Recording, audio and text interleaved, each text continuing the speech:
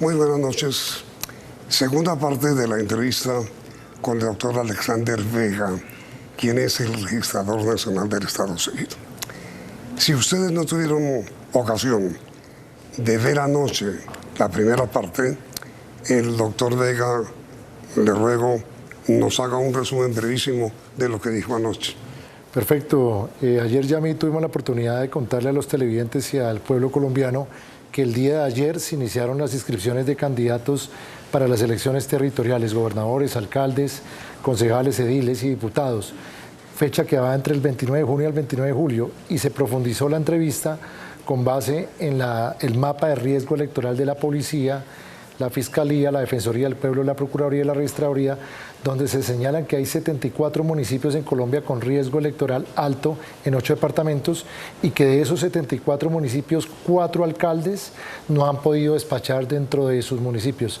A raíz de eso se cursó una carta al señor presidente de manera respetuosa, solicitándole no solo las garantías del orden público en estos municipios, sino que a su vez, teniendo en cuenta que los decretos del cese bilateral en la política de paz total, se incluyera sí o sí la condición a estos grupos al margen de la ley que están negociando con el gobierno, se incluyera la condición explícita de no interferir en el proceso electoral, ni a los ciudadanos, ni a los candidatos, ni a la operación logística de la registraduría. Dicho de otra manera, que el ELN concretamente no intervenga para nada en las elecciones. El ELN y ninguna organización que esté negociando con el gobierno. Ahora bien, doctor Alexander, las preguntas para hoy. Primero, ¿cuál es el censo electoral? Estamos hablando de 38.907.000 ciudadanos aptos para votar en las próximas elecciones de octubre, Yamil. 38 millones. 907.000 ciudadanos aptos para votar. ¿Cuántos hombres y cuántas mujeres? Tenemos para mujeres 19.995.000 y hombres 18.911.000. Mayoría mujeres. Mayoría mujeres. Y mira, ¿y cuántos nuevos electores? Nosotros siempre se maneja una cifra de primivotantes de cerca, que son los jóvenes de 18 años, cerca de 1.200.000 jóvenes que entran a este censo. Que van a votar por primera vez. Por primera vez. ¿En cuántas mesas de votación en toda Colombia? Cifra histórica, 120.000 mesas vamos a tener en toda Colombia, de las cuales son 5.607 puestos urbanos que vamos a tener y 7.311 puestos rurales. 120.000 mesas de votación en todo el país. En todo el país, en 12.918 puestos. 12.918. ¿Por qué dice usted que es cifra récord? Porque el histórico que había tenido la registraduría era cerca de 104.000 mesas. Estamos subiendo 16.000 mesas más, sobre todo en la parte rural donde los colombianos no tenían la oportunidad de votar porque el desplazamiento hasta la cabecera era muy difícil. Colombia, doctor Alexander, tiene 1.104 municipios. ¿En todos va a haber? Claro que sí, nosotros queremos hacer unas elecciones como las del año pasado, donde tuvimos mesas en todos los municipios de Colombia, en la zona rural. Por eso lo importante es garantizar el orden público. ¿Mesas de votación? 120.000 mesas. ¿Récord también? Récord también, pasamos de 104.000 a 120.000. ¿Puestos de votación? 12.918 puestos de votación en todo Colombia. El año pasado, en las elecciones pasadas, ¿cuántos? Sí, llegamos cerca a los 12.300 puestos de votación. También récord. También hemos incrementado. Para mí hay una política de mayor acceso al voto, abriendo puestos y mesas de votación. Jurados de votación. Teniendo en cuenta 120.000 mesas, proyectamos 800.000 jurados de votación. ¿Que tienen la obligación de asistir? Claro que sí, y tenemos plan de capacitación para todos ellos y vamos a acudir a los que ya tengan experiencia en elecciones pasadas. ¿Quiénes han sido escogidos como jurados? La escogencia de los jurados obedece tanto a la postulación de los partidos políticos, también se acude a las empresas y de ahí sale una base de datos, cerca de 2-3 millones de ciudadanos que están postulados o por empresas, y de ahí nuestro software elige aleatoriamente 800.000 jurados que serán asignados de 3 por mesa y 3 suplentes. ¿Todos los jurados tienen la obligación de asistir? De asistir, y obviamente también para las capacitaciones. Queremos que todos los jurados también se capaciten.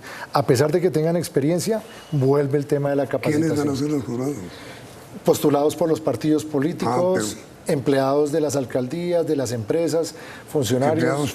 Empleados públicos. Fundamentalmente. Y obviamente también docentes. ¿Qué sanciones hay para quienes sean elegidos jurados y no asistan? Se tienen unas multas que la ejerce la Registraduría Nacional por cobro coactivo.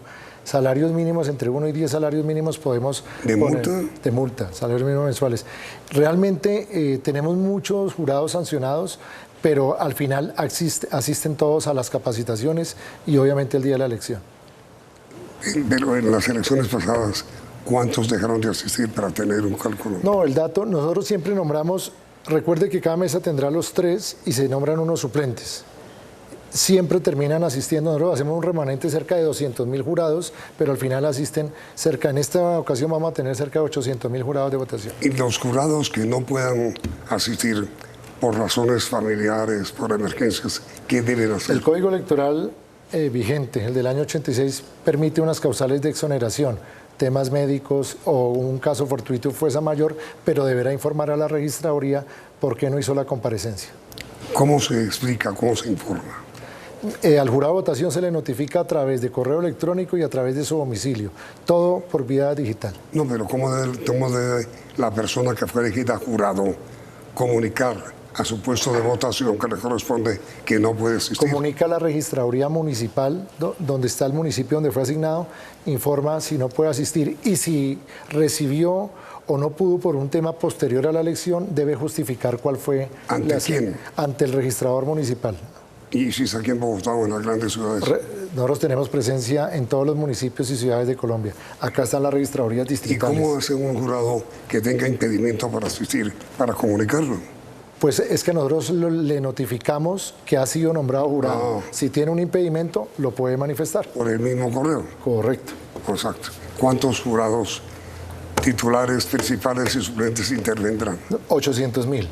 Y ellos ya están... Sí, ya nosotros estamos haciendo la base de datos. Ahorita que abrimos las inscripciones de candidatos, cuando las cerremos le pedimos a los partidos políticos que están acreditados listas para que incluyan sus jurados de votación y obviamente también acudimos a los funcionarios de empleados públicos de alcaldías, docentes y todas las instituciones públicas. ¿Y cuántos testigos habrá? Depende de la cantidad de número que postulen los partidos políticos. Los testigos son de postulación de los partidos políticos. Pueden haber 120.000 por partido teniendo en cuenta las 120.000 mesas.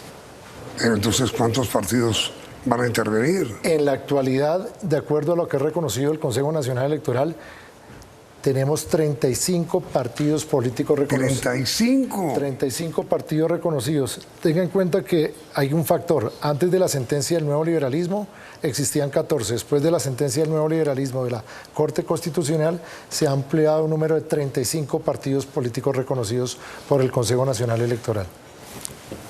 ¿Y qué pasa, señor registrador, con los candidatos que no fueron inscritos por partidos, sino por firmas?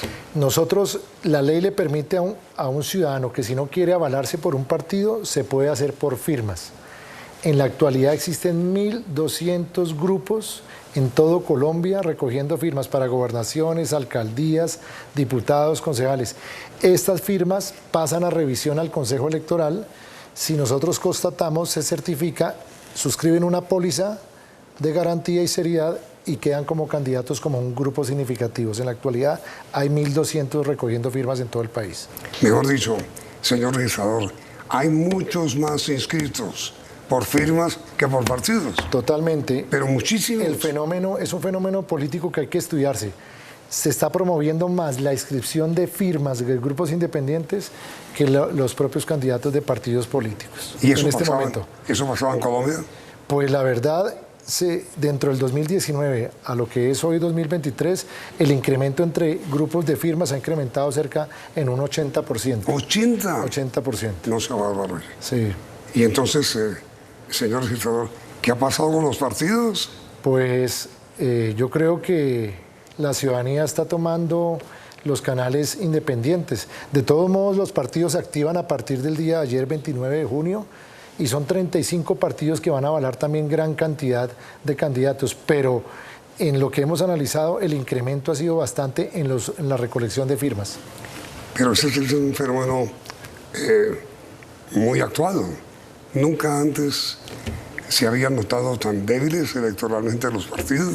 Yo creo que sin entrar a dejar una opinión marcada, creo que la cantidad de partidos políticos y las tendencias electorales, la gente prefiere inscribirse por firmas independientes y no estar de pronto enmarcada en un partido. Pero ya lo sabremos, a partir del día de ayer ya los partidos pueden inscribir sus candidatos avalados. Y entonces, señor registrador, siendo un poco abogado del diablo, no es que los partidos tienen avales para inscribir o respaldar a sus candidatos, suministran avales y en consecuencia quien no lo tenga pues se va por firmas. Así es.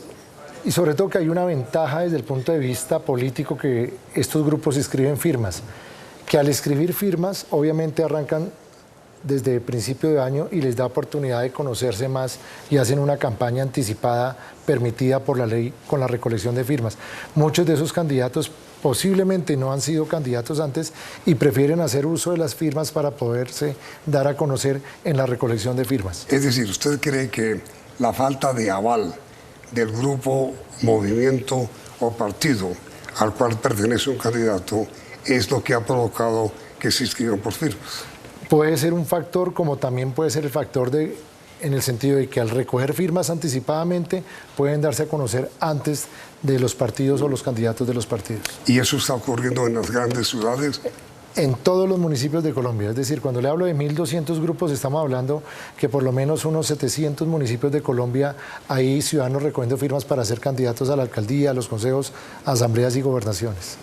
Usted bien sabe, señor registrador, lo que en Colombia se conocía, no sé si aún, como caciques políticos.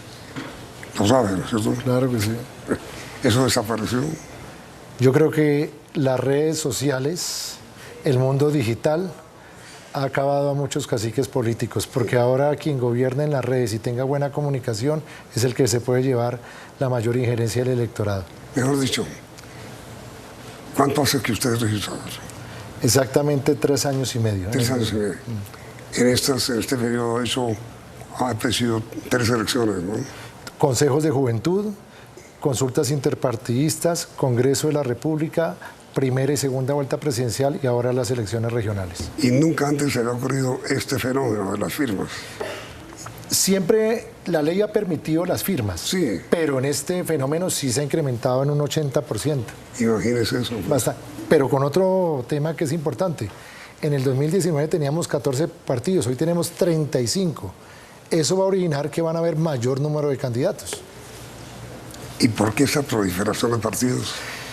Fue un pronunciamiento y una orden de la Corte Constitucional. El nuevo liberalismo recuperó la personería jurídica y dio efectos a todos. En ese sentido, muchos partidos, acogiendo el fallo del nuevo liberalismo, el tema de víctima, como fue el nuevo liberalismo, entonces muchos partidos habían sido víctimas y en esas mismas condiciones presentaron la solicitud alegando el derecho a la igualdad y el Consejo Electoral ha revisado los requisitos y ha otorgado estas nuevas personerías.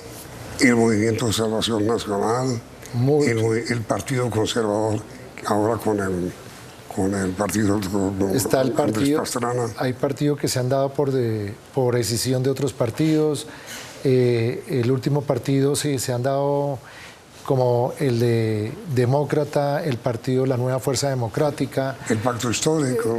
El Pacto Histórico era una coalición y se dividió en varios partidos. Obviamente el Pacto era una coalición y hay partidos como el Pacto, está igualmente... El Partido Verde. Está el Partido Verde, no, el Partido Verde fue solo, pero ahí también está el Partido Comunista, también se dio el partido de la senadora Aida Bello, que también se obtuvo la personería, la Unión Patriótica, pero a raíz del fallo de la Corte del nuevo liberalismo, partidos antiguos han recuperado su personería jurídica.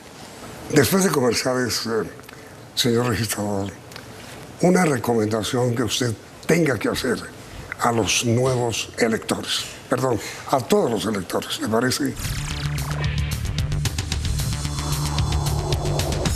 ¿Cuál sería su recomendación en este momento, tanto para los electores como para los candidatos a ser elegidos?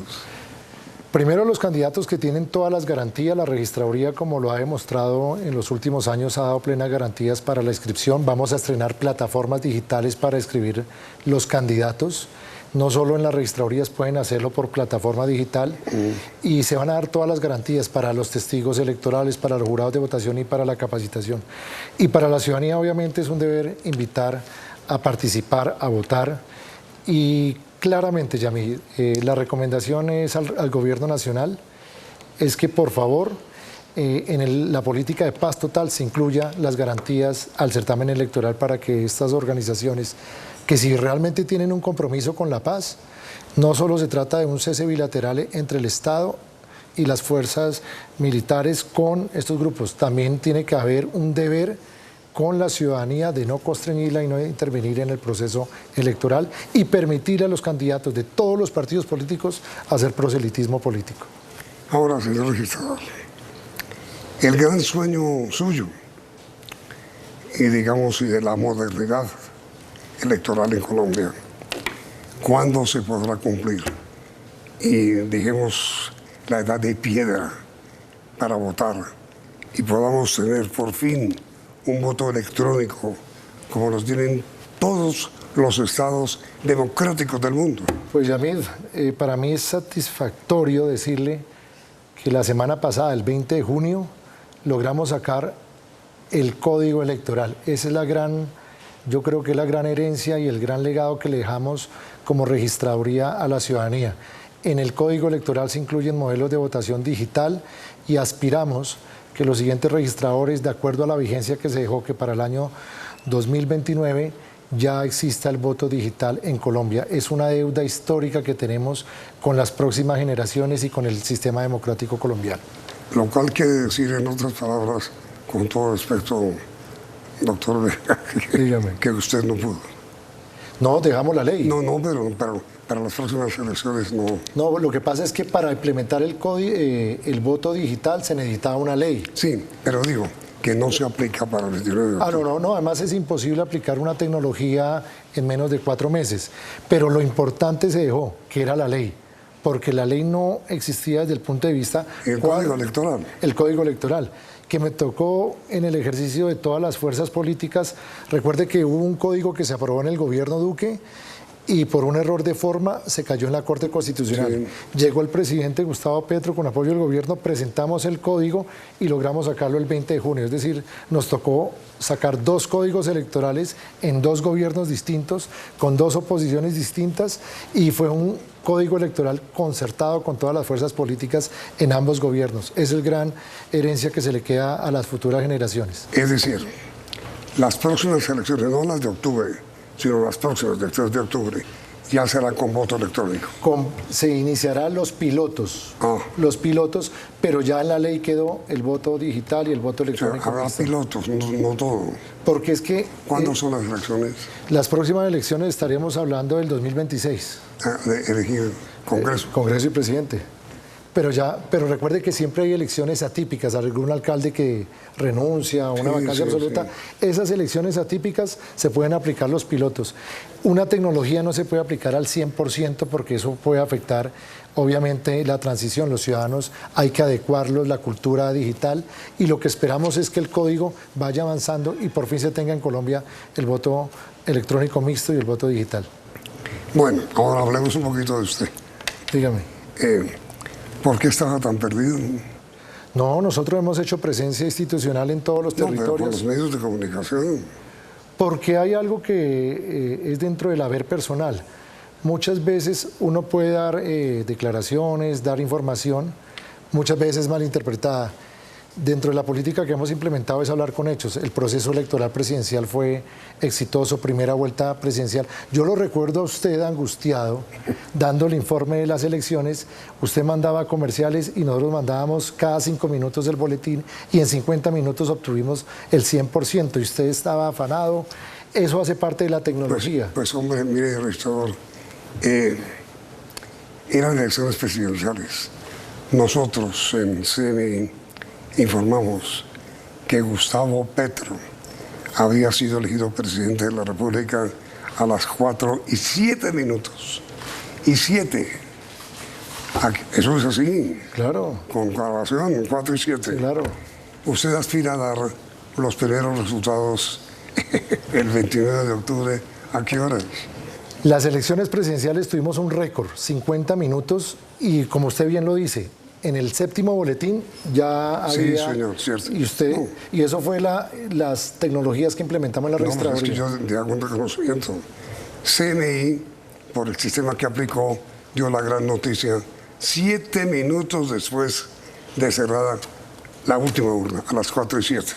Pero le reconozco que a las 4 y 14, Ajá. el doble del tiempo nuestro, ya no había que hacer. Sí, muchos medios me criticaron porque yo dije que antes de las 8 de la noche contrataron toda la parrilla Sí, y los dejé sin dar noticias ¿cómo? de analistas políticos. Con la misma seriedad que dije en su momento antes de las 8 de la noche, teniendo en cuenta que estamos hablando de una elección distinta. Acá son 1.104 No, elecciones. es que mire, registrador, a las 5 de la tarde ya no había que hacer. Por eso, Según ustedes, pues, me da culpa. ya estaba. Pero eso obedeció al plan Sí, de sí, tecnología de que acuerdo. aplicamos. Dejamos una registraduría del siglo XXI con todas las tecnologías. Y contestando su pregunta, ¿a qué horas? Le calculo que antes de las 11 de la noche tendremos el preconteo de todas las 1.104. 11 de la, y primer boletín. No, a las 4 y 5. Ah, Pero bueno, tenga en cuenta bueno. que es que son 1.104 Oiga, mire. municipios. ¿Cuándo termina su periodo? El 6 de diciembre. ¿Cuántos hombres y mujeres hay para aspirando a reemplazarlo? 134 de acuerdo a la información que se publicó en No la le puedo página creer de la eso. Corte Constitucional. Primero, ¿usted cómo hizo para ser elegido? A nosotros el registrador lo eligen los 3 presidentes de las Cortes, Corte Constitucional, Supremo y Consejo de Estado. Primero, ¿cómo se elige el registrador? Un concurso de méritos. Concurso que hay hoja de vida, examen, prueba en escrita, yo obtuve el mayor puntaje, prueba psicotécnica y entrevista. ¿Ante quién? Ante los 3 presidentes de la Corte Constitucional, Corte Suprema y Consejo de Estado. En mi caso participamos 90 candidatos y obtuve la mayor puntuación después de la entrevista. Y salió elegido. Y salimos Bueno, elegidos. porque entre 90 de su comienzo o de su escogencia a los 130 no hay mucha diferencia. No es mucha diferencia, son 134 candidatos que se han presentado de acuerdo a la información que hay en la página de las Cortes y obviamente de acuerdo al cronograma dice que se designará el nuevo registrador en el mes de noviembre. Porque dentro de los que seguramente rechacen, pues habrá un número más o menos el 10% para quedar más o menos en lo mismo. Al final quedan 10 de acuerdo al cronograma y como fue el concurso... Quedan 10 menos. Quedan 10 candidatos que pasan a entrevista. De esos 134 son eliminatorias las etapas. No me diga eso. Sí, el examen es un examen de conocimientos muy duro en temas electorales, de identificación, registro civil, temas contenciosos administrativos. Y son los aspirantes de hoy, quiero decir, son hombres y mujeres. Sí, claro, hombres y mujeres. Aspiramos, nosotros tenemos plena confianza que quien llegue a reemplazarnos seguirá con el proyecto de la registraduría del siglo XXI, porque es lo que le ha servido a la ciudadanía. Cédula digital, obviamente biometría facial para los estadios, para los bancos, para la ciudadanía, garantías en las elecciones, entonces, y el código electoral. Que es Al registrador le eligen las 3 cortes, ¿no? los 3 presidentes de las 3 cortes, en concurso de méritos. ¿Quiénes están aspirando? De lo que pude ver están los exmagistrados del Consejo Electoral anterior Están que me acompañaron ahí. ¿Quiénes son? Ahí hay 7 exmagistrados que me acompañaron como registrador, que fueron los que El registrador lo elige en las Cortes, pero lo posesiona el Consejo Electoral. Y de ese Consejo Electoral que me posesionó hay 7 exmagistrados. ¿Son quiénes? Está el doctor Pedro Felipe Gutiérrez, está la doctora Doris Ruth Méndez, 2, está el doctor Luis Guillermo Pérez, 3, está el doctor Virgilio Almanza, 4, está el doctor César Abreu, 5, está el doctor, ¿qué otro me falta? El doctor Polanía, Polanía, y qué otro que recuerde que Cuidado. se escribió que no me vaya. No, espera. Hernán Penagos. Espera, entonces. Sí, y está. Y está el doctor Hernán Penagos también. Uno de ellos cree usted será su sucesor. Cualquiera de los 134 puede ser. De los 134. Claro, todos tienen capacidad y profesionalismo. Hay que esperar las pruebas eliminatorias. Pues doctor Vega, muchísimas gracias por aceptar esta invitación, ha sido muy amable. Gracias, Yamid. Y gracias también por su gestión como registrador. A ustedes y a los medios de comunicación. Muy amable. Y a ustedes, señores televidentes, muchas gracias por la sintonía y los invitamos a que continúen aquí en Noticentro 1.